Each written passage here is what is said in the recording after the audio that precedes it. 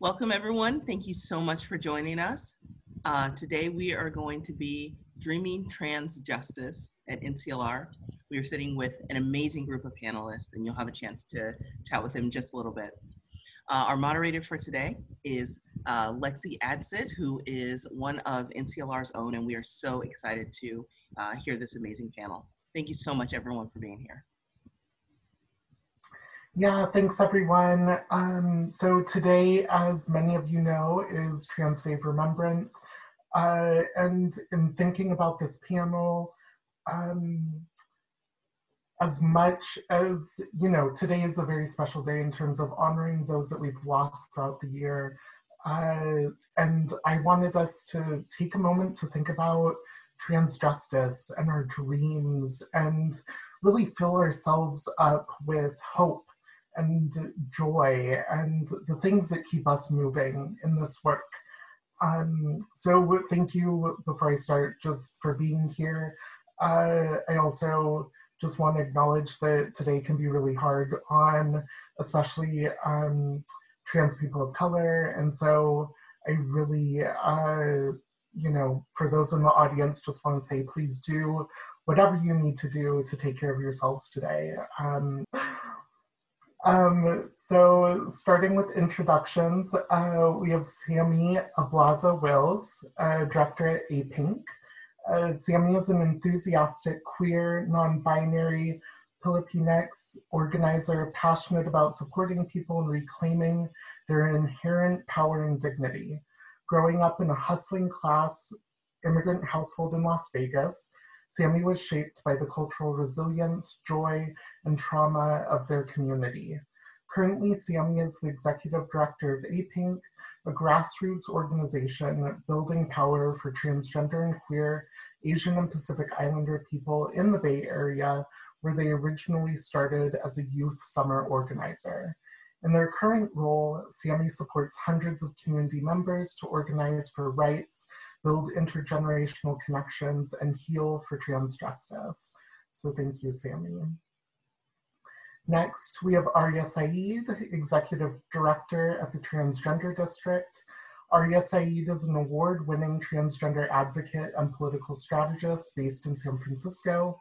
She is founder and Executive Director of the Transgender District, the world's first legally recognized district of its kind. Founder of Black Transgender Women Empowerment Project, Queen Culture Initiative, and both a board member of the Women's Foundation of California and an alum of its acclaimed Women's Policy Institute Fellowship Program. In 2019, she was listed in the annual Out 100, which highlights 100 of the world's influential LGBT leaders, and she is the youngest Black transgender woman recipient of resolutions from the California legislature. In 2020, she was featured in Refinery 29's annual Black is the New Black Power list as one of 8 Black women in America to watch. Her work has been featured in Harper's Bazaar, Forbes, Travel and Leisure, The Guardian, CNN, Huffington Post, and more. To learn more about her work, you can visit her website at www.aryasaeed.com. Thank you for joining us. And next we have Reverend Elena Rosevera, the Executive Director at Trans Lifeline. Reverend Elena Rosevera is a Filipina Ashkenazi trans woman originally from rural Oregon who joined Trans Lifeline's executive team in May 2018. A longtime organizer, educator, and performing artist. She holds a master's in divinity focused on social justice and community care work, and was ordained as a minister by the Church for the Fellowship of All Peoples, a historic civil rights church in San Francisco. She also serves on the board of directors of the Allied Media Projects in Detroit. Reverend Vera is proud to bring her deep commitment to love, support, and liberation for trans people everywhere to her work with Trans Lifeline. So thank you all again for joining us. It's really incredible. I have so much respect for all of your work, and I think this discussion is going to be great. So I want to start us off with a question of, what does trans justice mean to you?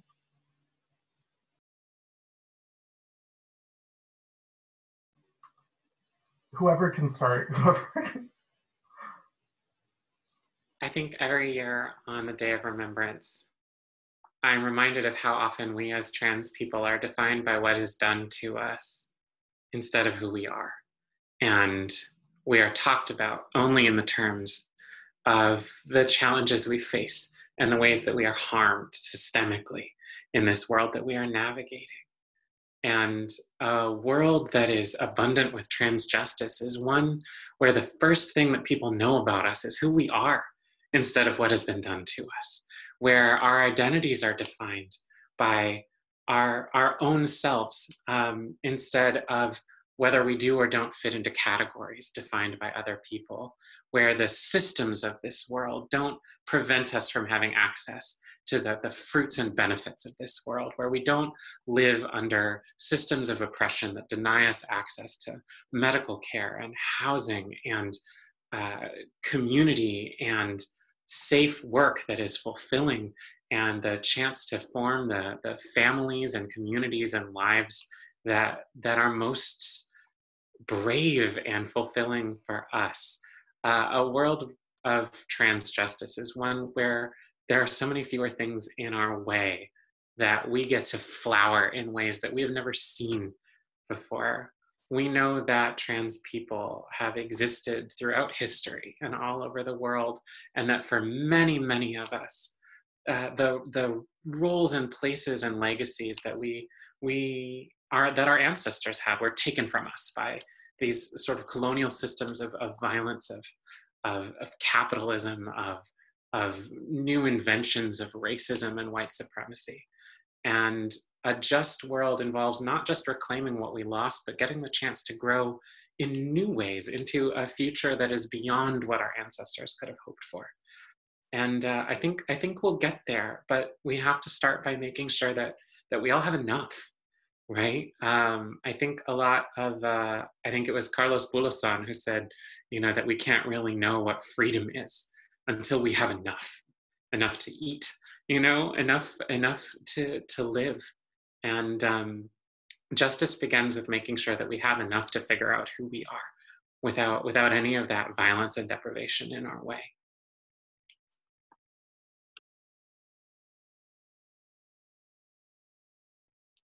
Hi everybody. Elena, thank you so much for speaking that. Lexi, when you sent that question ahead of today, I really struggled with the concept of trans justice.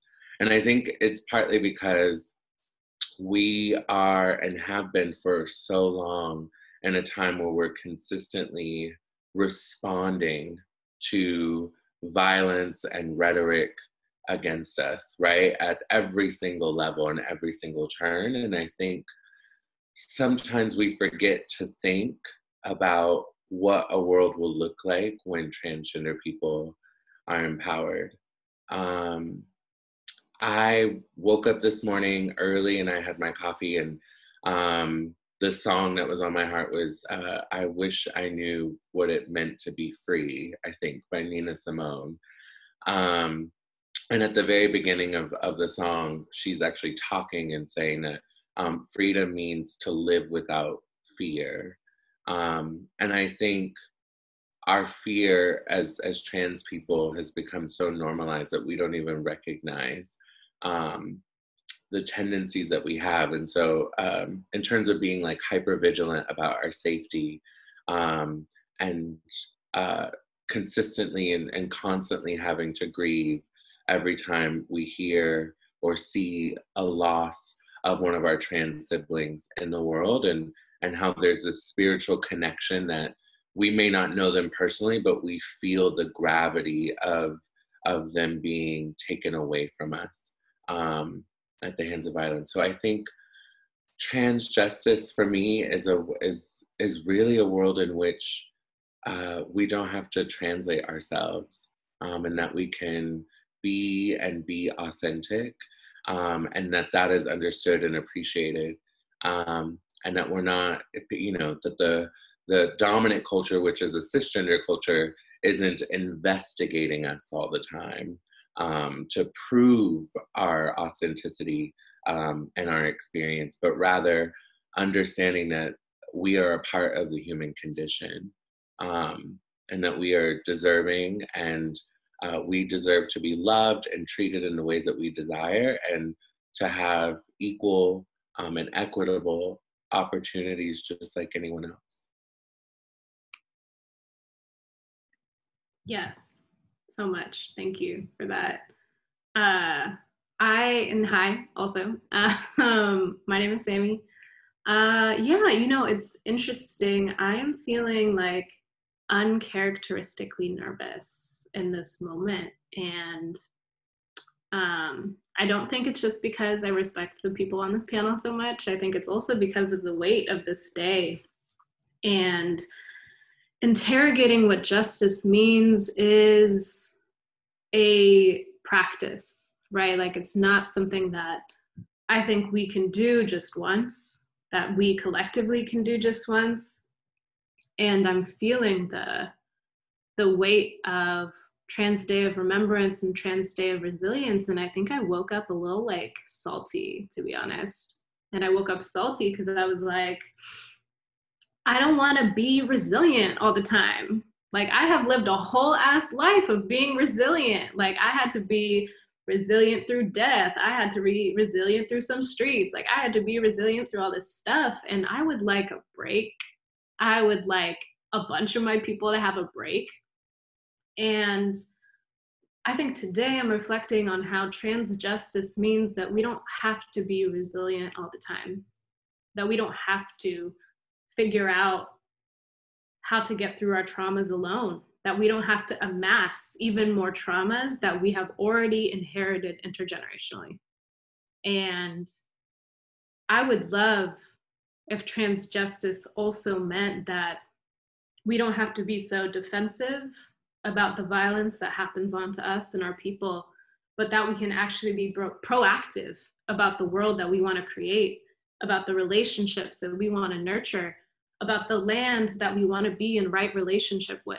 I'm really feeling like trans justice means that all of us are seen for the entirety of who we are, not just the parts that are pretty and resilient, but also the parts that are messy, that are like unsolved, that are still in pain, that we get to embrace people for their fullness and complexity and love them no matter what. And not just on one day a year, not just on 1 week for a year, but all the days throughout the year. And so, yeah, I don't know. I feel like on this particular day, I'm thinking about the charge to move beyond expecting people to be resilient when the world around them is so unjust. And that trans justice is also racial justice and economic justice and housing justice and migrant justice, and all of those things are necessary if we are actually going to have justice for trans people. Oh my God, thank you all so much just for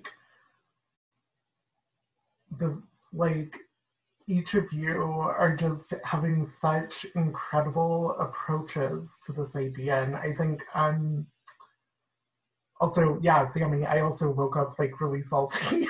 Like, I am tired of grieving, and I'm tired of being scared, and I'm tired of like Tidor being one of the only days out of the year that like trans people are lifted up and celebrated. And so yeah, there's so much to unpack here. I think I would love to talk about some of the incredible work that you all are doing to, let's say, put us on the path towards trans justice, right? Because I don't want to create too much in terms of expectations that we're all able to do this individually as like within the scope of our work. But I think all of you together are such beacons for this world that we want to live in. So whoever wants to go first.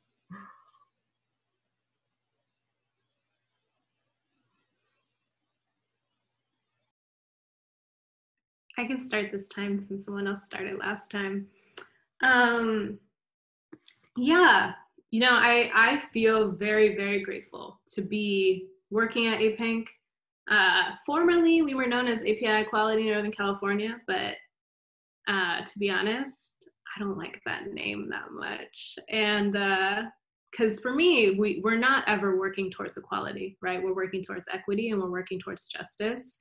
And when I came into the organization 7.5 years ago, Lexi mentioned I was a youth participant.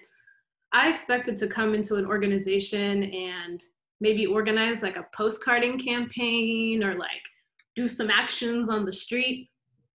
And I definitely did those things, like that happened. But what also happened that first summer with the organization is that people asked me questions like, why is it so hard for you to ask for help? And what gets in the way of you trusting other people? And those questions were 10 times harder than organizing an action or putting on an event to talk about migration.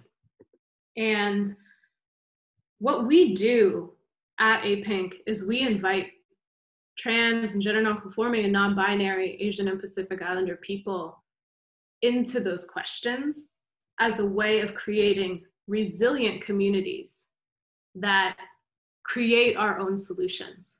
When I was able to unlearn and will forever continue to unlearn some of the anxieties that come when I ask for help or when I say that I need someone or that I need something else, I'm able to envision and co-create a future in which all of us get our needs met, where we do not have to compromise, where we're only pushing one person forward at the helm, but where we're actually creating communities where people feel comfortable enough to say, I cannot do this alone, and that I need you, and we need each other to co-create this world. And I know that the liberation, the justice that we want is not going to happen overnight.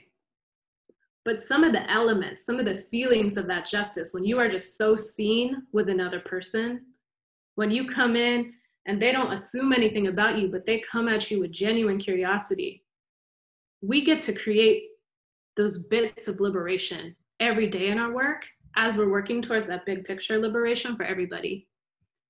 And just in this past year, especially with COVID and with shelter in place, I feel like I've been able to witness so many community members just say straight up, we are not going to leave anyone behind. We're going to take the time to deliver meals, to deliver PPE, to check in with people who have no access to the internet. And we're going to make sure that regardless of the situation you're in, we are here to connect with you. We are here to remain curious about you, to lift you up. We want a sustained commitment to our people all year round. And the depth of our relationship is going to allow us to create those solutions when government institutions have failed us, when politicians say they're going to do a lot of stuff and they don't. We actually have the relationships in place to manifest our needs, you know, to like create the things that we need on the day-to-day, whether that is the meal delivery, whether that is the emotional support, whether that is the unlocking of our ancestral wisdom, right? At every level of the interpersonal, internal, internalized, all of these different things, we are able to move beyond scarcity into the abundance and interdependence of our communities. And there are so many ways that I've been able to see that within APINC, whether that's, the mutual aid work that we've done, or over the past 1.5 years, I've been spending time documenting the needs of TGNC API folks through a needs assessment and not relying on researchers or government institutions to do it, but authentically finding ways to connect with one another. And now, 7.5 years, like I said, after I started the organization, I get to ask young trans people the same questions of why is it so hard to ask for help? And what can we do together so that that is a little bit less hard for you? And when I see that transformation, I know that it's going to be possible for us to actually get a little bit closer to that justice. It's so important to recognize that none of us has to do this alone, right? That none of us has to do this by ourselves. And I think about the kind of isolation I experienced early in transition and before I came out, not knowing who was out there, what there would be, what world would be out there to catch me when I took that leap. And it's so powerful to be part of a service whose fundamental principle is that it doesn't have to be this hard, that we don't have to face this alone, that we're working toward a world where none of us ever can say again that they had nowhere to turn, because we're making a world where there is somewhere to reach out, where there is someone to help. This is a hard day, right? It's about grief, but our grief is a signpost. Grief is an expression of love. It's a way of saying this is someone who mattered, and it matters that they're gone, that we are connected to each other, that we are bound together, and they were connected enough to me that I mourn that they are gone. Our grief is a map of our love, and our love is our superpower. Our community is our superpower. The ways that we support each other are how we create little pieces of this better world that we're making. And so, at Trans Lifeline, right, we try and encode these principles in everything we do. We begin by trusting trans people, by saying that trans people are the experts in what we need and what's hurting us and what would help, and that we can be not just people who need services, but leaders in shaping those services. We start from the principle that it's not police and these big institutions and these violent systems that protect us, and that we don't use them on each other, that is not the way to make our lives better. And so we have a service that does not involve emergency services and police and coercive medical professionals, unless that is what the caller wants for themselves, right? That coercion is not the actual way to save lives. You don't make someone live longer by forcing them, by taking choices away from them. You do it by giving them more resources and more choices and letting them figure out what they need and who they want to be and what kind of life they want more of. And you give them the resources to build it, right? We start from this principle that says, instead of being quizzed and harassed and going through all of these barriers and gateways in order to get things like even a simple piece of identification that tells the truth about who you are when you pull it out of your wallet, that you should just have it, that you should just be able to get it, and that when you ask for it, it should be provided. And even in our small way, with the resources we've been building, that we can provide an example of just trusting trans people, relying on us as truthful narrators of our needs, and being brave enough to invest in us, to say, let's see what happens if we just give each other what we need. Let's see what happens if we just provide the resources. What happens if we just express our love materially, do something to change the conditions of people's lives instead of blaming them as individuals for what they're going through, and invest in them and say, when we share and when we look after each other, no matter where we are, we get better. That we don't have to wait for it gets better. We don't have to wait for the world to change. We get stronger in it, and we take up more space in it. And when we live our bravest lives, that we are part of determining what the future is, if we get the chance. If we just get the chance, and it means leaning on that map of love instead of these systems that enclose us. I know I have a lot more to say. I want to make room for it. I believe in trans people. And I think when we start on believing in trans people, it changes everything, right? To get free, we have to understand ourselves as a people. We have to think of ourselves as belonging to each other, as mattering to each other. And when we do that, we recognize we don't get free if we leave any of us behind. That wherever our people are, that is where our concern has to be. Whether it is behind prison bars, whether it is across a border, whether it is in a region that we have never been to, in a language we don't speak, that we belong to each other, that we matter to each other, and that everything is better when we look after each other, when we reach out with an open hand and listen and lift each other up, and that we're stronger together. And to start from those principles as an organizer means literally the entire world.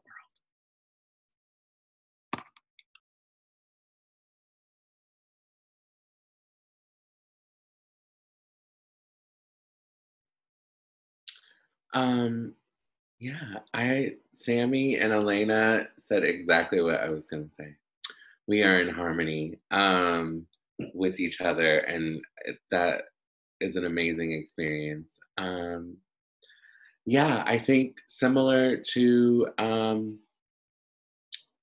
these two lovely folks, I think I too am very lucky to get to do the work that I get to do every day, which is I get to daydream about what futures for trans people might look like and how I can be a part of it. And I think that's what's really amazing about our work at the Transgender District in San Francisco is claiming space and taking space when for so long we were the afterthought of an acronym.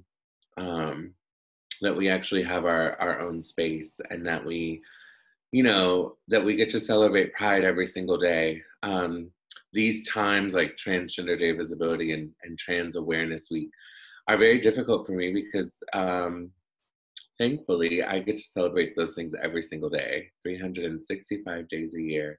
The trans flags are cemented in the ground and painted on every streetlight in our neighborhood, and we are investing in trans people who just have a seed of hope and optimism and ideas about how to sustain themselves economically, and owning their businesses, or wanting to find housing that they feel proud to live in, housing that we all would want to live in, not just like the twin bed with one folded towel, in a back room, but actually, a home of your own that's permanent, that's not transitional, that's not temporary, that's yours with the lease in your name. Those are things that we're building, as well as having a really unique opportunity to share with you all and the broader public the transgender culture and history that exists. Like Elena was saying, and Sammy, we have existed since the dawn of time, and I think we don't get to share that experience with people. I was just on Instagram the other day, and someone commented I'm still trying to wrap my head around, and I'm like, I don't have time for this. We have existed since 500 BC. There's Google. Each one of us on this panel and beyond has made it so that you can find whatever information you need to know about our existence from a medical standpoint or a social standpoint or theories or what have you. Whatever you need is at your fingertips. It's no longer our job to do the Trans 101, but to really look back and see where we've come and the greatness that our people have had in our shared experience since the dawn of time, and then obviously addressing the present, while we hold and experience so much disparity. And many of you all listening in are very well intended and have seen the articles that are shared where it's number 21 and number 30 and number 10, and the lists, right? The count of how many trans people have been murdered. I think in addition to, it is also very important to understand that we also have joy, and that our experiences are as multifaceted as anyone else, and that we have such a rich tradition of experiences with each other, and there is no experience like when trans folks get together, and those are my best moments. Those are the moments I think of. Those are the moments that I hawk back to when I feel isolated or I question whether life is worth living in a world that tells me that I should not exist. It's the moments that I have around other trans folks at things like Trans March, or spaces designed with us in mind, or Queen Culture retreats, or whatever it is. Those are the moments that inspire me. And some of my best moments have been with other trans people. And so I just, yeah. Thank you. That brings up my memory of going clubbing with you and Raquel in Oakland, and it was just, it's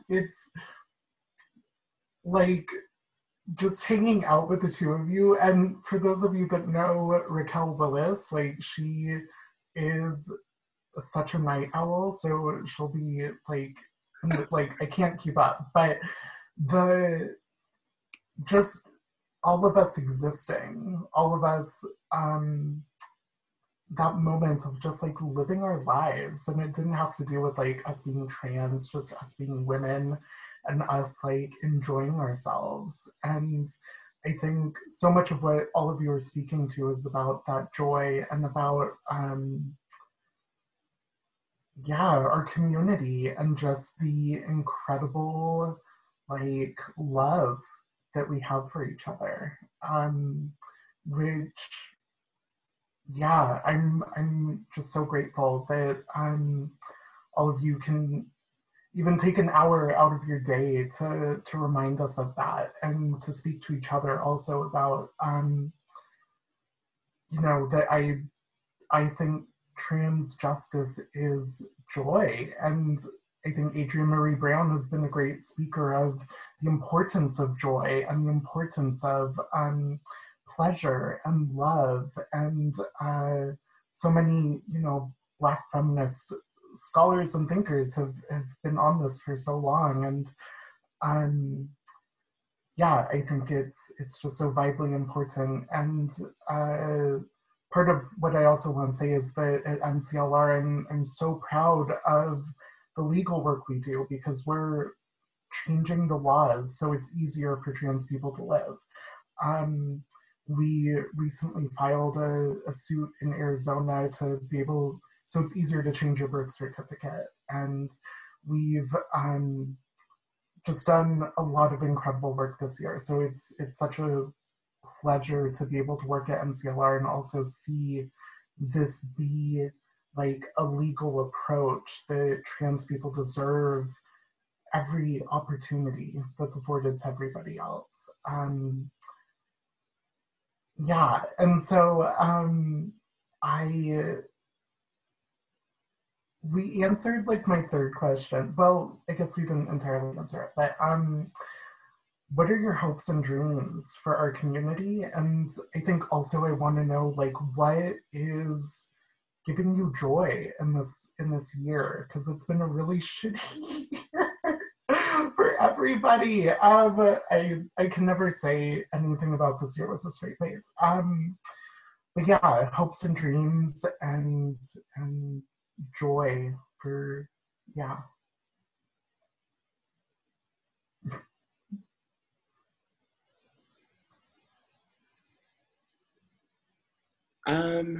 I guess I can start.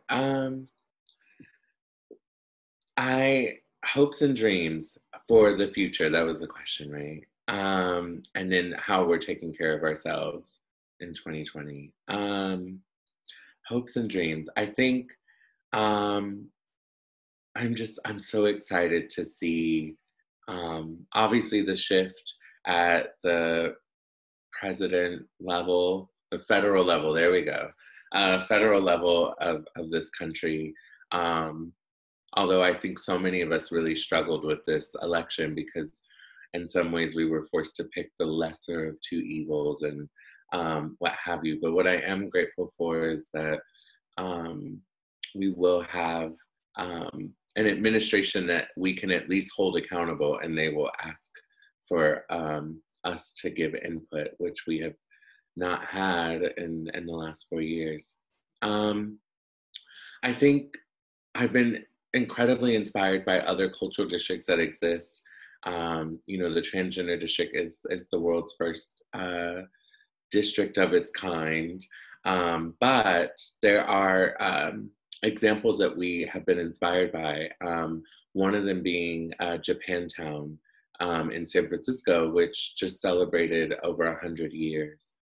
And to know that I pray that the district will go on 100 years, 200 years, and that we, all of us here, are building a foundation in which trans people are liberated, and that we are a part of that magic, that the solutions are created by us as trans people and informed by our experience, and not prescribed by other people. That's like the hopes and dreams of my work. But as a person, I have had an unexplainable joy the last couple months. And I think I am learning to tune out the noise in my own life. I went through a season during the pandemic of just feeling really lonely and angry, and isolated. You know, I'm a single woman who lives alone. I'm a Black trans woman, and I think during the beginning of the pandemic, I watched so many of my friends or folks from college or whoever who were booed up during the pandemic, or going off to Tulum and working remotely for 4 months, or or announcing their pregnancies. Everyone's having a pandemic baby right now. So I really struggled with my self-esteem and feeling as if I didn't have access to those things as a trans person or a plus size person or a Black person or whatever, all of those combined. But then around September, I just developed this weird moment of joy that, so I've been relishing in that. I will play music here in my apartment and just dance alone, all by my lonesome. Even with everything going on in the world being really scary or increasing more fear, I'm just grateful for my breath. I'm grateful that I have a roof over my head. And I think that's what's been keeping me in 2020 right now. And seeing the great work that's happening. Sammy was talking about mutual aid with A-Pink, the trans district as well. We gave 550 plus trans folks cash grants, and then so many other nonprofits across the country followed and replicated that. And some of them doing 20 times more than what we did. And I think what is amazing is to see that shift where we're giving our folks more autonomy, and rethinking what aid and service looks like for our community, and making sure that our community has agency to decide what they need to take care of themselves, which is really inspiring. And then seeing the great work that NCLR is doing in terms of impact litigation, making it so that so many more trans people are liberated at a wide scale. And I think it's really inspiring to see that, when I feel like I remember a time where people could make negative rhetoric or laws or policies around trans people, and no one was really responding on our behalf. And so to see the work that you all are doing is absolutely incredible, and it makes me feel safer in the world.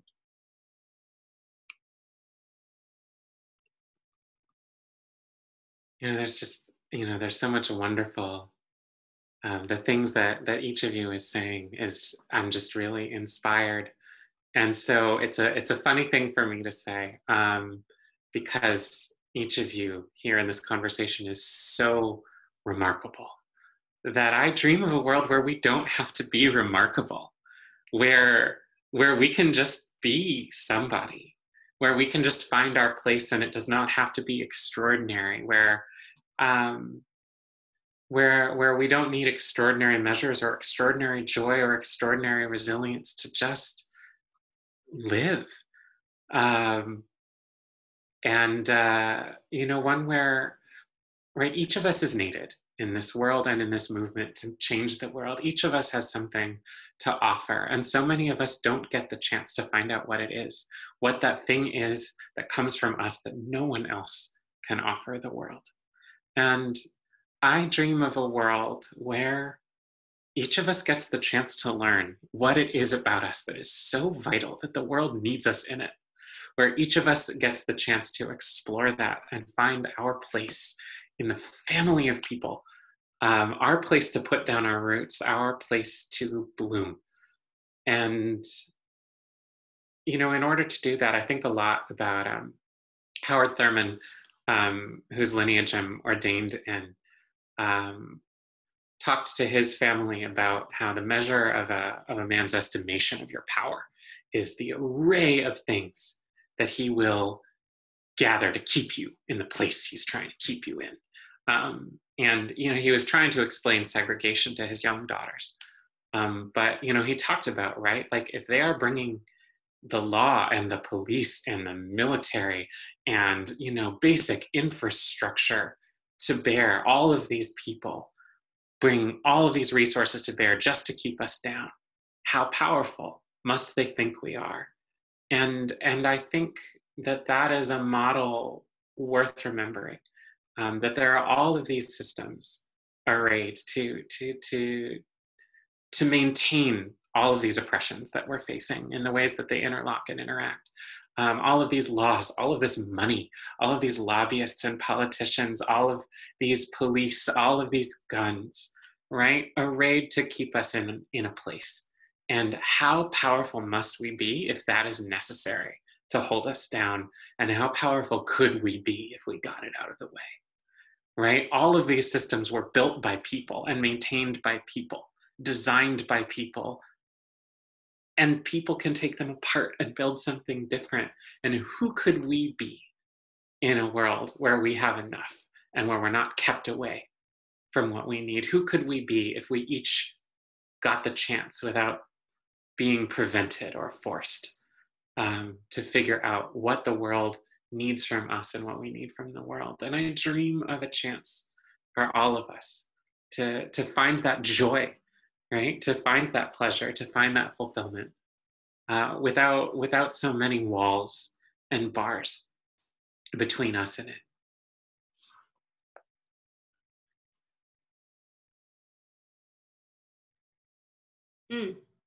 Yes. Yeah, wow. Aria and Elena, you all speak in parables, and it is an honor to, I think, speak alongside you all, because I'm like here really feeling it, and then I'm like, oh, I also have to talk after a minister. Okay, let me get into it. But just so much of what you said deeply resonates. And I am really feeling that remembrance of how in my own lineage as a Filipino person, when colonizers came to the Philippines, when missionaries came to the Philippines, the first people that they killed were the non-binary, the third gender, the gender-abundant people. Because those people were the magic keepers. They were the storytellers. They were the folks holding on to ancestor and to lineage and to power and to care and to connection. And all my life growing up, I was told that queerness is like not a Filipino thing. It was kind of invented by white people. And it wasn't until later in life that I was like, actually, no. And when I found the truth of what trans ancestor means to me, it unlocked a whole understanding of the power that I could co-create with my community and the power that is already living inside of us as people. And when I think about my hopes and dreams for our community, I am thinking about how I want everyone to feel that power. I want everyone to understand that there is no need for false binaries. There is no need for false choices. The amount of people that are making a false choice between food or rent is just ridiculous. That is not a choice that needs to be made. That's not even a choice. if you have to choose between two basic needs, that is not a choice, that is coercion. And it is my greatest hope that we don't have to be forced into these false choices, forced into these binaries that do not hold the basic humanity of who we are, let alone the complexity of who we can be. And I really hope and dream for communities that are abundant, where we have deep ecosystems, where all trans people are revered for bringing in the wisdom of what it means to move beyond falsehoods. And I think that that's possible. I think it's possible, and I think we can create it every day. And I think that as we are creating spaces to learn intergenerationally, to organize people from our inherent wisdom, to reconnect with the land in life-affirming ways, and to connect with one another in really deep and meaningful and vulnerable ways, I think at the end of the day, that's what my hope is, and the future that I'm working towards. And in terms of my own like personal joy, I recently had a birthday party, Scorpio season. And yeah, I got a lot of Scorpio in my chart. I'm very intense. That's kind of just all the time, 100% intense. And I personally, I do not celebrate my birthday a lot. I grew up with a lot of birthday trauma, with a lot of stuff. But I thought that this year I would try to celebrate my birthday because I should celebrate being alive. I did not think I would get this far. So let me just take a second to celebrate it. And I held a little talent show over Zoom. And the only expectation of the talent show was that you have to cheer for every person. It like does not matter what their talent is, if they are doing stand-up comedy for the first time, or they're an amazing singer, or they learned how to play the guitar yesterday, we're gonna cheer one another on. And being in a space, witnessing people genuinely enthusiastic about one another, genuinely enthusiastic about the vulnerability that people are sharing, is the world that I wanna create. It felt like a microcosm. It felt like praxis for the world that I'm hoping to build with other trans people, one in which we can celebrate one another, where we're not forced into scarcity by cis people because they can't, in their imagination, think of more than one of us at a singular time. A world in which we are able to move from abundance and interdependence, from the wisdom that we have, and from the dreams and the visions for the future that we want to create. That's that type of joy that I was able to experience is the joy that I want to be centered in, and is the future that I want to co-create with my people. I gotta step up my own birthday plans for next week. We can plan together. But it's so true. My birthday is coming up too. My great aunt in the Philippines was trans, right? Like, we've been here. And the colonizers didn't come for us because we were easy targets. They came for us because we were mighty and because we were vital to our communities. And I think often, one of the ancestral goddesses of the Philippines, the goddess of rice and abundance and everyone being nurtured and fed, is traditionally presented as trans, right? Like, we're right there in like the maps of the universe that our ancestors have made. And we can be again. Oh my gosh, we only have a few more minutes left. I am just so grateful for each and every one of you, for all that you are, all that you do, and just for taking even an hour out of your day to come and not just speak with me, but like speak with each other and speak on these topics. It means a lot. And I hope for everybody who's tuned in that this has given you a little dose of joy and hope on a difficult day and a difficult year. I was gonna say the National Center for Lesbian Rights also operates a legal helpline. So if you're ever in need of legal assistance or you're faced with a situation and not sure what to do, we recommend you go to our website, www.nclrrights.org, and there is a Get Help section, which can help with a lot of legal assistance and just other incredible things that, yeah, I'm not a lawyer, so I'm just like not the best at ever speaking about it. But yeah, with that, before we go, do any of you have like closing thoughts or just last little nuggets you want to no, you're all wiped out. You're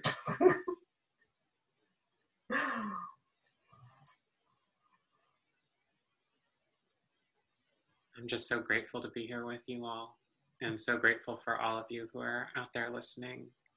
You are loved, and you are valued, and you are needed. And we are always grateful when you reach out for help. It's not a burden. It's something that we are here to do.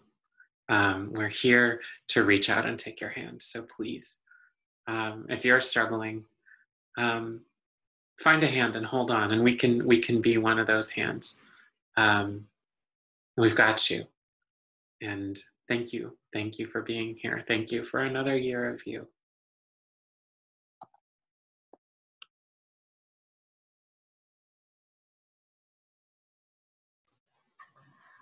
well, that's it. Yeah, just thank you again. Feel free to check out everybody's organizations, the work that we do, and lift up our folks on today. And also tonight, I think at 6, it's the San Francisco, I think it's called hashtag more than a hashtag, the annual San Francisco Trans Day of Remembrance event. You can find it on Facebook. And yeah, I think it's at 6 Pacific time tonight. So hope to see some of you there. But yeah, thanks again, Arya, Sammy, and Elena. It is wonderful to just see your faces and hear your voices and hear all the things you're doing. So thank you for this time, and hopefully I will see you again soon.